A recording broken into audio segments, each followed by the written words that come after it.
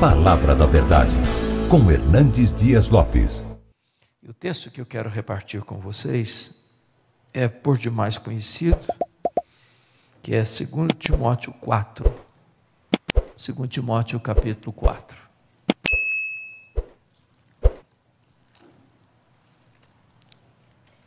Nós leremos do verso 9 até o verso 18.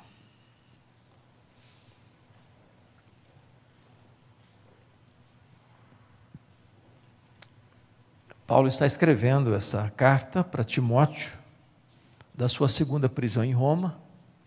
Ele está preso não mais numa casa alugada, como foi o caso da primeira prisão, mas ele está preso na chamada masmorra mamertina, que era um lugar insalubre, frio, úmido, de onde, via de regra, as pessoas saíam leprosas ou saíam para o martírio. Então, esta é a última carta, o capítulo 4, são as últimas palavras escritas por Paulo antes do seu martírio.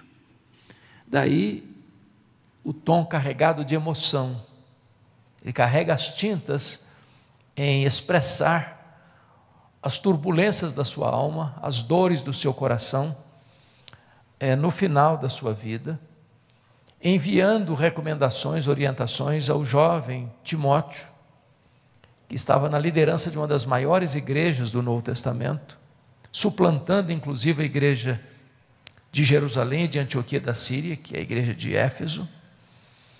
E Timóteo tinha características assim muito peculiares. Ele era jovem, ele era doente, ele era tímido. E naquele tempo a igreja estava passando por grandes riscos, não só da perseguição romana, mas também risco de invasão de falsos apóstolos que estavam perturbando a igreja. Então, ele escreve essas palavras, abrindo o coração e partilhando princípios.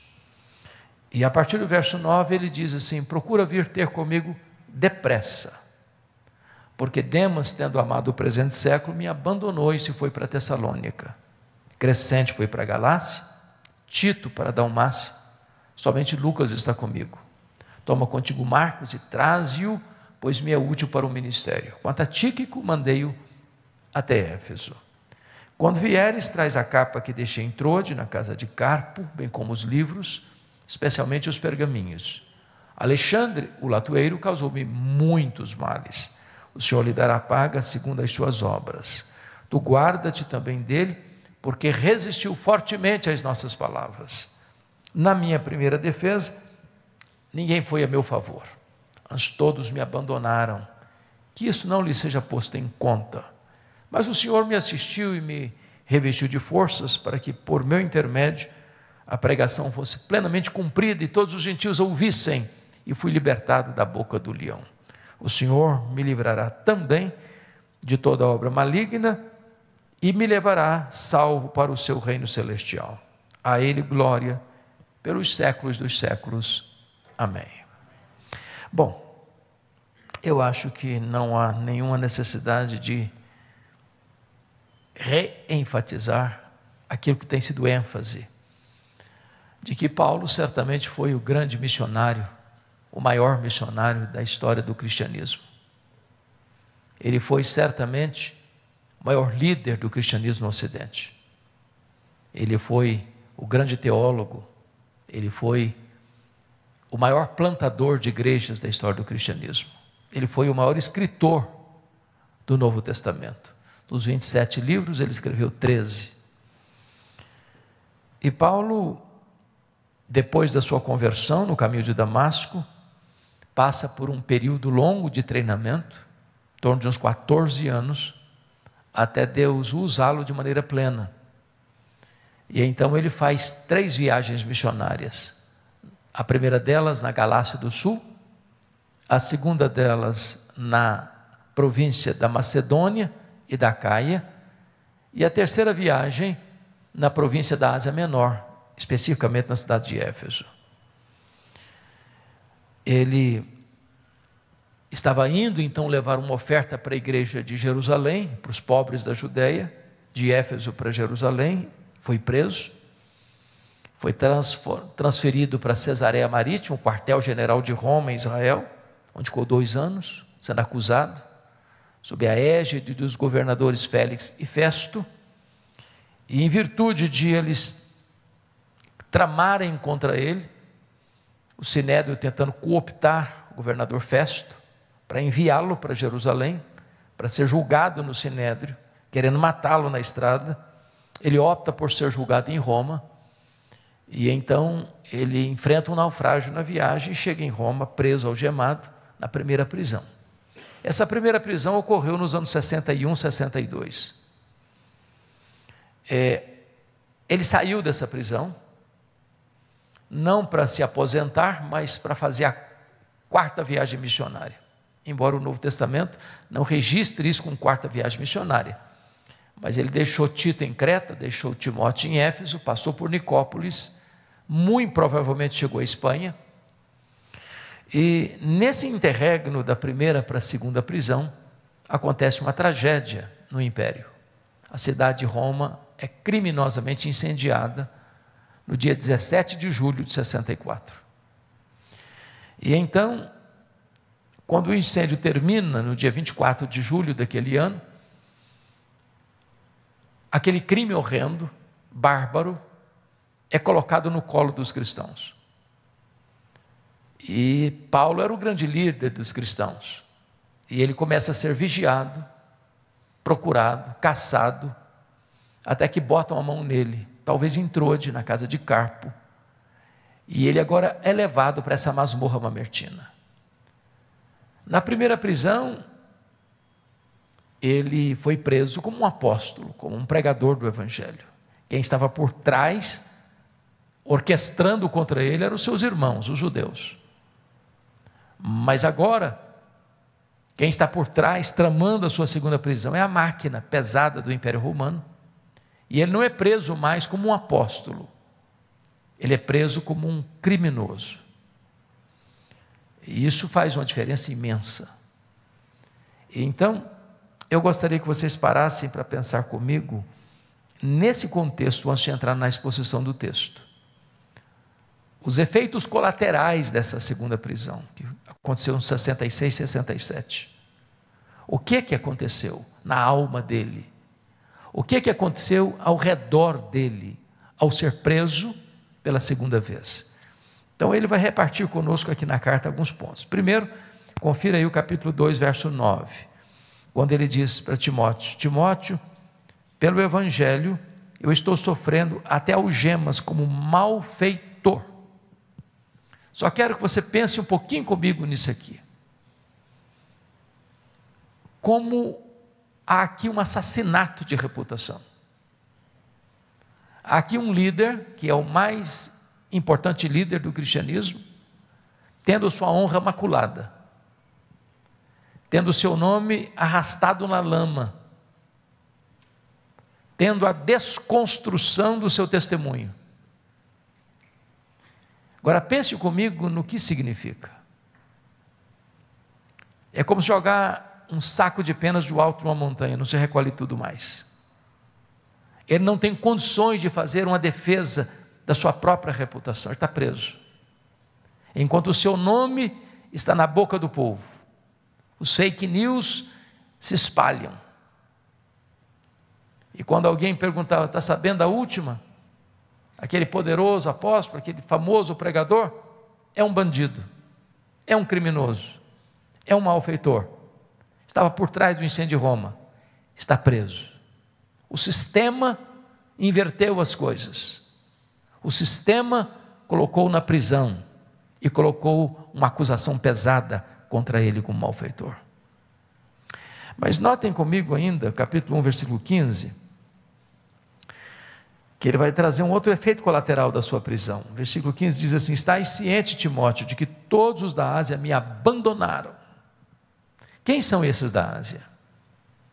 São seus filhos na fé, são os frutos do seu ministério, gente que ele levou a Cristo em Éfeso e indiretamente nas igrejas plantadas na província, como Esmirna, Pérgamo, Tiatira, Sardes, Filadélfia, Laodiceia, Colossos e Hierápolis.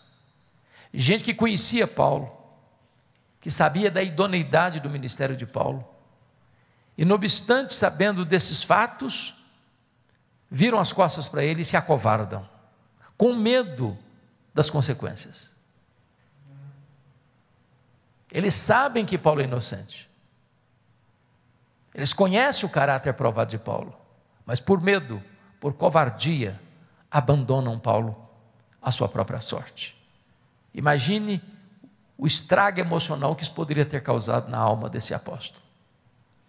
Mas ainda no capítulo 1, versículo 8, Paulo escreve para Timóteo e diz: Timóteo, não te envergonhes, portanto, do testemunho de nosso Senhor, nem do seu encarcerado, que sou eu. O próprio Timóteo, que era o filho mais próximo, o colaborador mais próximo do apóstolo Paulo, está com vergonha de Paulo, constrangido em se apresentar, dizendo: esse homem eu conheço, esse homem não é um bandido, esse homem não é um malfeitor, esse homem não é um criminoso, eu sei quem ele é. Timóteo se acovarda. Mas ainda, capítulo 4, verso 16, Paulo, mesmo sendo acusado de um crime tão grave, jogado numa masmorra, teve direito de defesa. O direito romano é estudado até hoje. E marcaram uma audiência para Paulo apresentar suas testemunhas. E Paulo vai para esta audiência, chamada aqui de primeira defesa, cheio de expectativa de que haveria lá muita gente para defendê-lo, para dizer que ele não era um criminoso, não era um malfeitor, não era um bandido. Mas o que está escrito aqui? Na minha primeira defesa, ninguém foi a meu favor, antes todos me abandonaram. As pessoas, sem exceção, se acovardaram, não compareceram na audiência, não deram uma palavra sequer em defesa de Paulo. E ele foi julgado à revelia, e julgado pena de morte. Por ser cidadão romano, não foi crucificado como Pedro, mas foi degolado. A pergunta que eu faço agora é esta: ponha-se no lugar dele. É o maior apóstolo, é o maior pregador, é o maior evangelista, é o maior missionário, é o maior teólogo, é o maior plantador de igreja da história do cristianismo, é o maior escritor do Novo Testamento. Está velho, está doente, está cheio de cicatrizes, está abandonado pelos irmãos, está acusado injustamente, está sentenciado à pena de morte injustamente. Ponha-se no lugar dele, coloque-se debaixo da pele dele, sinta o coração dele bater em seu peito, o sangue dele correr em suas veias. O que você estaria sentindo se estivesse no lugar deste homem? Ele está pobre, não tem nenhuma capa surrada para usar no inverno. O que um homem nessa condição ainda tem a ensinar para nós? Como é que ele pode pastorear o nosso coração? Que lições e que princípios ele pode nos trazer agora, para nos ajudar a viver de maneira melhor?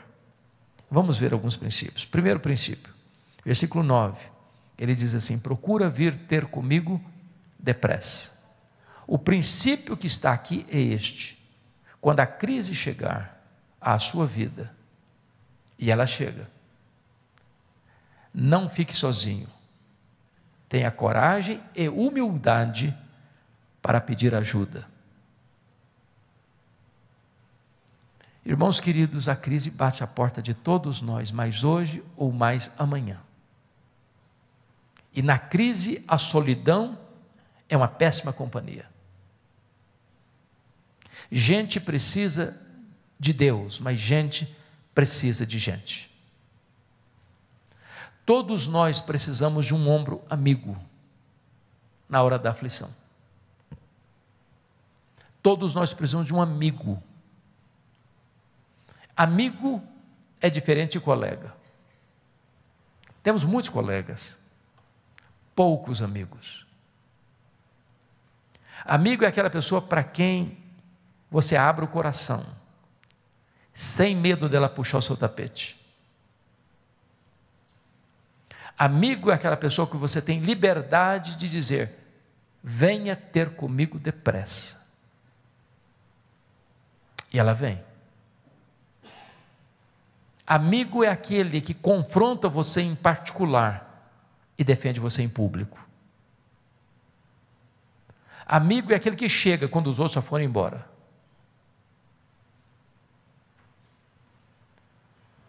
Talvez nós, na posição de liderança, seja pastoral, seja de outro tipo de liderança, da igreja ou fora da igreja, lidamos com multidão, mas vivemos na solidão. Uma das coisas que mais me chocam na atualidade é a quantidade de pastores, por exemplo, que têm cometido suicídio. E a pergunta é: meu Deus, por que ele não encontrou um amigo para abrir o coração, para pedir ajuda? Então, por favor, não fique sozinho. Mas para ter amigos, é preciso ser amigo. Porque se você não fizer amigos, você não vai ter amigos. Alguém que caminhe com você, que chore com você, que se alegre com você. É mais fácil, na verdade, até chorar com os que choram do que se alegrar com os que se alegram. Tem muita gente no ministério competindo uns com os outros, em vez de cooperar uns com os outros. Mas o princípio primeiro aqui é este: se a crise chegar, peça ajuda. Não fique sozinho. Segundo princípio, está aí no versículo 10.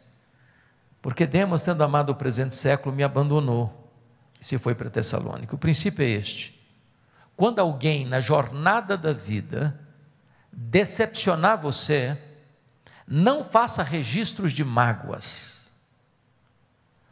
Põe o pé na estrada e continue caminhando. O que eu vou lhe dizer agora não é se, é quando. As pessoas vão nos decepcionar. E nós vamos decepcionar as pessoas.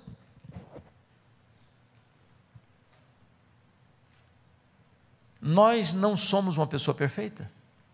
Nós não viemos de uma família perfeita. Nós não temos um cônjuge perfeito. Nós não temos filhos perfeitos. Nós não temos uma igreja perfeita. Nós não temos liderança perfeita. Mas hoje ou mais amanhã, vamos machucar uns aos outros, ferir uns aos outros, decepcionar uns aos outros. E se nós fizermos arquivos de mágoas, perderemos o foco, a paz, a saúde, a alegria do ministério. Então, se alguém machucou você, se alguém decepcionou você, se alguém que caminhou com você um tempo e depois virou as costas para você, não faça arquivos de mágoas. Põe o pé na estrada, continue caminhando. Viktor Frankl, no seu livro, preciosíssimo livro, Em Busca de Sentido, diz que a única coisa que ninguém pode tirar de você é o direito que você tem de fazer suas escolhas. As pessoas podem tirar sua liberdade, podem tirar seus bens, podem tirar sua saúde, podem tirar sua família, podem tirar sua vida, mas não podem tirar o direito que você tem de fazer suas escolhas. Elas falam mal de você, você ora por elas. Elas maldizem você, você bendiz a elas. Você não paga o mal com o mal, você vence o mal com golpes de bondade. Então, talvez na liderança, o que mais se escuta não são as dores do ministério com o trabalho do ministério, mas são as dores do ministério resultantes dos conflitos na liderança. E se nós não tomarmos cuidado, e cercarmos nosso coração um pouquinho, naufragamos nas ondas revoltas dessas crises relacionais. Então, se alguém machucou você, não fique remoendo isso. Não fique acariciando a sua ferida. Não faça registro de mágoas. Continue caminhando. Terceiro princípio, versículo 11, olha comigo. Ele diz assim: toma contigo Marcos e traze-o, pois me é útil para o ministério. O princípio que está aqui é este: se um dia, examinando o seu coração, você se lembrar que num dado momento, você foi duro demais, tóxico demais, cáustico demais, pesado demais com alguém, vá lá, peça perdão, restaure esse relacionamento. Para eu entender o versículo 11, eu preciso compreender mais dois textos da Bíblia. O primeiro deles é Atos 13:13. Esse Marcos aqui era o João Marcos, primo do Barnabé, que foi auxiliar dos dois missionários, Barnabé e Saulo, depois Paulo e Barnabé, na primeira viagem. Lá em Perge da Panfilha, ele abandona os dois missionários e retorna para a casa da sua mãe, em Jerusalém. O segundo texto que eu preciso entender para interpretar esse aqui, é Atos 15, 36 a 41. Depois do concílio de Jerusalém, Paulo procura o Barnabé para voltarem para a segunda viagem, visitando as igrejas que eles haviam plantado, na Galácia do Sul, e Barnabé diz a Paulo: sim, Paulo, vamos, mas eu estou com vontade de levar o meu primo, vontade de levar o Marcos comigo, conosco. Paulo respondeu: eu não acho justo levarmos aquele que desde perto da Panfilha nos abandonou. O texto de Lucas está resumido, laconicamente resumido, muito resumido, e não há nenhum viés de emoção. Porém, há uma informação: houve tal desavença entre Paulo e Barnabé por causa do Marcos, que os dois líderes não caminharam juntos mais. Agora, pense comigo, para ter tal desavença é porque o pau quebrou, não é verdade? O pau quebrou. E às vezes, meus irmãos, o pau quebra ao redor de uma mesa de liderança. Às vezes, gente de Deus entra na carne também e machuca demais uns aos outros. Então eu vou parafrasear a conversa. Eu acho que foi mais ou menos o seguinte: Paulo chega todo animado para o Barnabé e diz: Barnabé, que bênção foi o concílio de Jerusalém, que bênção a correção de rota teológica da igreja. Agora podemos ir para o campo missionário. Estou empolgadíssimo, Barnabé. Eu também estou, Paulo. Mas deixa eu te falar, Paulo, você está lembrado do meu primo? Mas é claro, né, Barnabé, que eu estou lembrado do Marcos. Deixa eu te falar, eu estou com vontade de levá-lo com a gente agora de novo. Paulo fechou a cara. Você está de brincadeira, né, Barnabé? Não, Paulo, ele amadureceu. Pois é, comigo ele não vai não. Mas deixa eu te falar, ele vai ser uma bênção para nós agora. Comigo ele não vai não, Barnabé. Ô Paulo, deixa eu te falar, você está sendo intransigente. Vamos dar uma chance para o rapaz. Comigo ele não vai, Barnabé, chega. Agora imagine comigo, se não houvesse um Barnabé na vida do Marcos. Você já foi considerado persona não grata alguma vez? Alguém já disse para você: no meu time você não joga? Na minha equipe você não trabalha? Você não serve para fazer parte da minha equipe de liderança? Já se sentiu rejeitado alguma vez?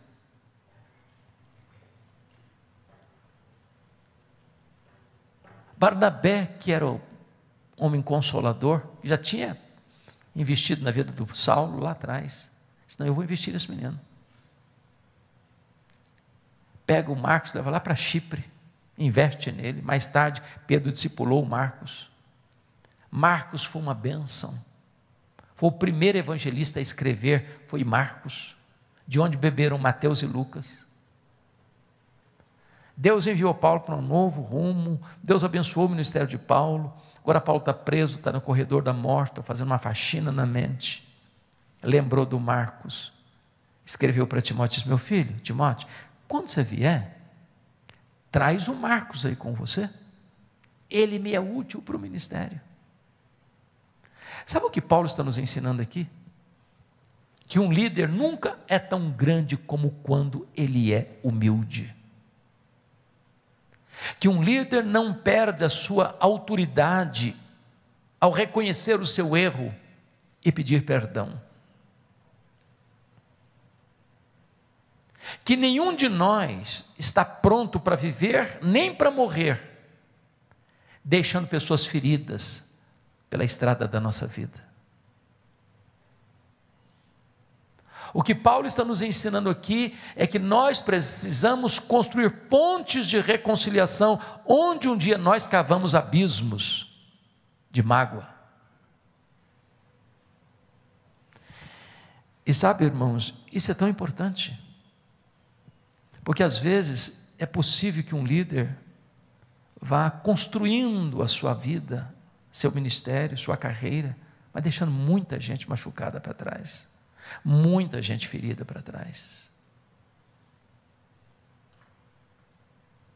Gente importa para Deus. E é preciso voltar lá. Só fulano, me perdoe. Fui muito duro com você.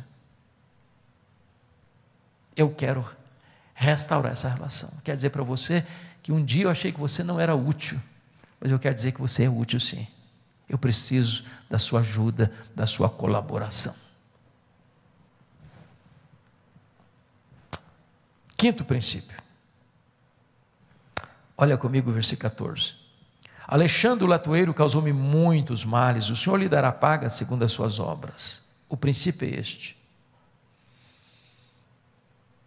Quando alguém deliberadamente fizer um mal contra você, tome a decisão de perdoar e entregar esta causa para Deus.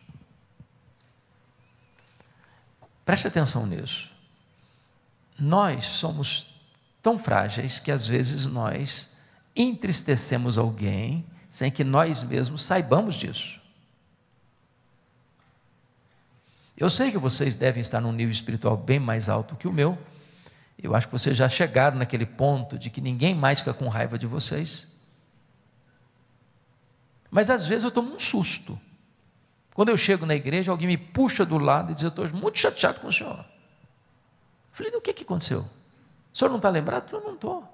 Aquele dia, eu falei, qual dia?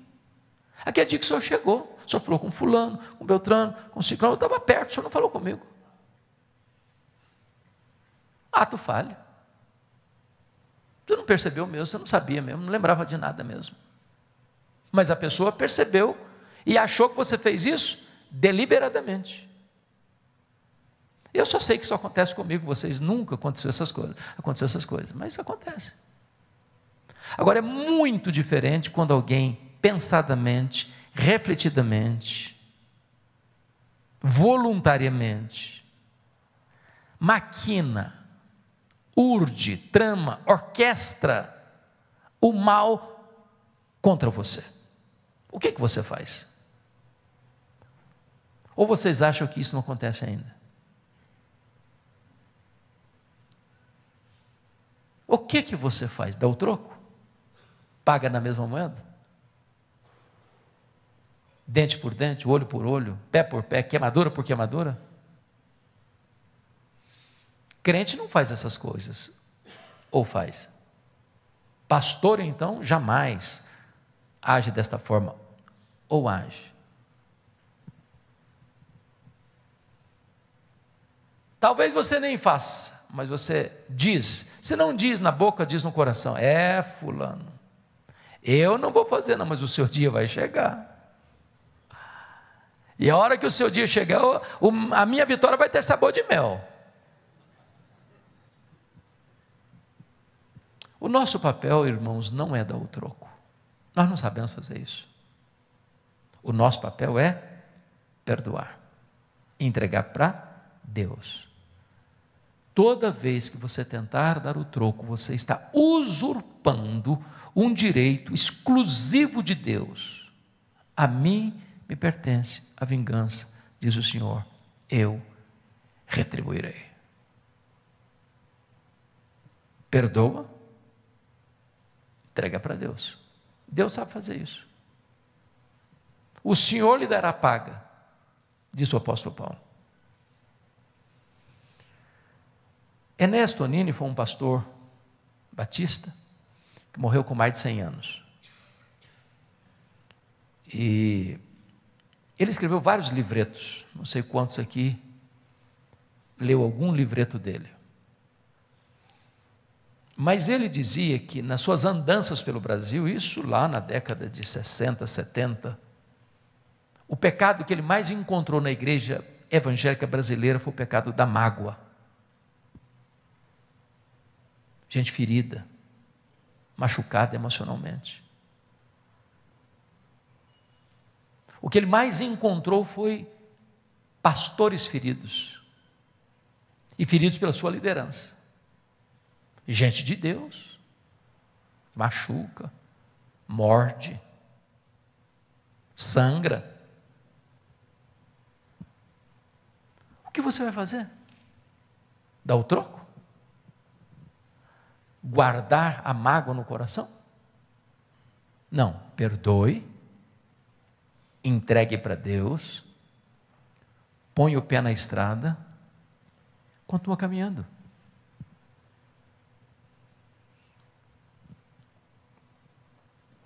Se você ficar remoendo isso adoece você. Isso machuca mais ainda você. Mas veja outro princípio. Confira comigo aí o versículo de número 21. Ele diz assim: apressa-te a vir antes do inverno.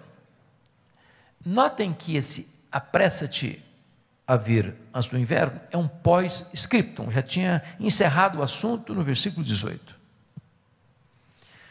Mas é importantíssimo, por quê? Porque diz no verso 9, procura vir ter comigo depressa. O que é depressa? Eu não sei, depende do contexto. Pode ser um dia, uma semana, um mês, um ano, eu não sei. Então ele está explicando no 21 o que diz no versículo 9. Quando ele diz assim: quando eu falei para você, Timóteo, procura vir ter comigo depressa, eu quis dizer, procura vir antes do inverno. Porque nos 3 meses de inverno não se navegava com segurança. O que ele está dizendo? Se você esperar os 3 meses de inverno passar para você vir, não adianta vir, já terei sido executado. Então qual é o princípio? O princípio é este: há coisas na vida que ou você faz hoje, ou você não vai ter chance nunca mais de fazê-lo. Oportunidades passam. É aquela conversa, é aquele confronto, é aquele aconselhamento, é aquele pedido de perdão, é aquela ajuda financeira, é aquele elogio, é aquela demonstração de amor. Se você não fizer hoje, você corre o risco de sentir a dor do remorso amanhã, porque oportunidades passam. Querem um exemplo? A cultura brasileira dos nossos funerais. Eu não conheço ninguém que receba mais elogios do que defunto. Você conhece? Fica na cabeceira de um caixão meia hora. É muito elogio. É uma rasgação de seda sem fim. A grande pergunta é se aquela pessoa escutou algum daqueles elogios. Porque um morto não fica emocionado de receber um elogio. Ele não vai levantar do caixão para lhe dar um abraço. E se levantar, você corre também. Então não espera a pessoa morrer para elogiar. Mas tem gente muito espiritual que diz assim: esse negócio de elogiar é um perigo, porque a pessoa vai ficar vaidosa. Não, o que a Bíblia proíbe não é o elogio. O que a Bíblia proíbe é a hipocrisia. Um elogio certo, na hora certa, é um bálsamo. Há palavras que curam, que são medicina para a alma. A segunda coisa que me choca dentro da nossa cultura brasileira de funeral é que defunto recebe mais flores do que gente viva. Dá para entender isso? Eu fui num funeral em Vitória, no Espírito Santo, e contei 86 coroas de flores. E eu fiquei do lado olhando, observando, pensando, meu Deus, coitado do defunto. Não consegue tirar um botão de rosa mais, para que tanta flor para ele? Mas por que os mortos recebem mais flores do que os vivos? É porque a voz do remorso é maior do que a voz da gratidão.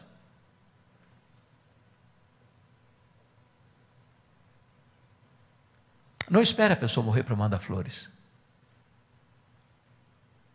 Isso não vai fazer diferença nenhuma para ela. Isso vai só revelar, às vezes, a dor do nosso coração. Então, se você tem que fazer alguma coisa, faça hoje. Se você tem que ajudar alguém, ajude hoje. Quer um exemplo? Eu aprendi com um presbítero meu lá em Vitória. Ele disse assim, pastor Hernandes, pai ajudar filhos, tem que ser quando o filho precisa. Tem pai e mãe que tem dinheiro, muito dinheiro. O filho está passando uma magrela. Ele não estende a mão, ele não ajuda. Deixa o filho passar a magrela. Depois morre, tudo vai ser dos filhos. Herança. Mas isso é a lei que está mandando fazer isso. Então ajude na hora que a pessoa está precisando. Estenda a mão quando a pessoa está pedindo socorro. Seja generoso com alguém que está precisando de uma ajuda urgente. Não deixe a oportunidade passar. Porque se ela for embora, você nunca mais vai ter chance. Bom, deixa eu concluir. Último princípio, versículo 18, a parte B, ele diz assim, a ele glória pelos séculos dos séculos, amém. E o princípio é este. A melhor maneira de você encerrar a sua carreira e fechar as cortinas da sua vida é dando a Jesus toda a glória devida a Ele. Não a nós, Senhor, não a nós, mas ao Teu nome, da glória, porque dEle, e por meio dEle, e para Ele, são todas as coisas. Nós não estamos vivendo para construir um monumento ao nosso próprio nome. Na igreja de Deus, não tem ícones. Na igreja de Deus, não tem donos. Na igreja de Deus, não tem caudilhos. Na igreja de Deus, não tem monumento à personalidade. Na igreja de Deus, todos nós estamos nivelados no mesmo patamar, somos servos, porque só existe um que merece a honra, a glória e o louvor, e Ele não divide a sua glória com ninguém. Então, o apóstolo Paulo, no corredor da morte, aguardando o dia da sua execução, não abandona o seu senso pastoral. E não obstante circunstâncias tão adversas, ele ainda tem palavras tão oportunas e sábias para pastorear o nosso coração. Este é o homem que, olhando para o passado, disse, combati o bom combate, completei a carreira, guardei a fé.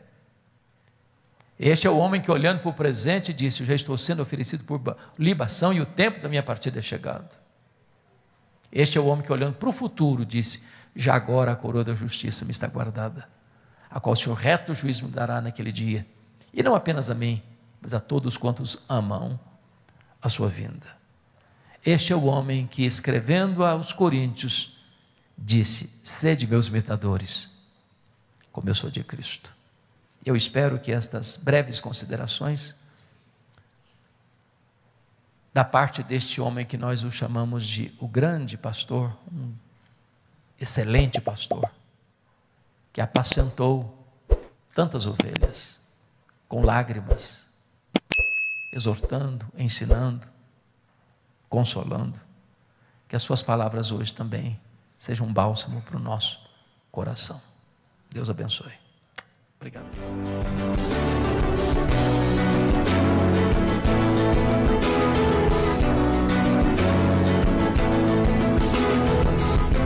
Palavra da Verdade, com Hernandes Dias Lopes.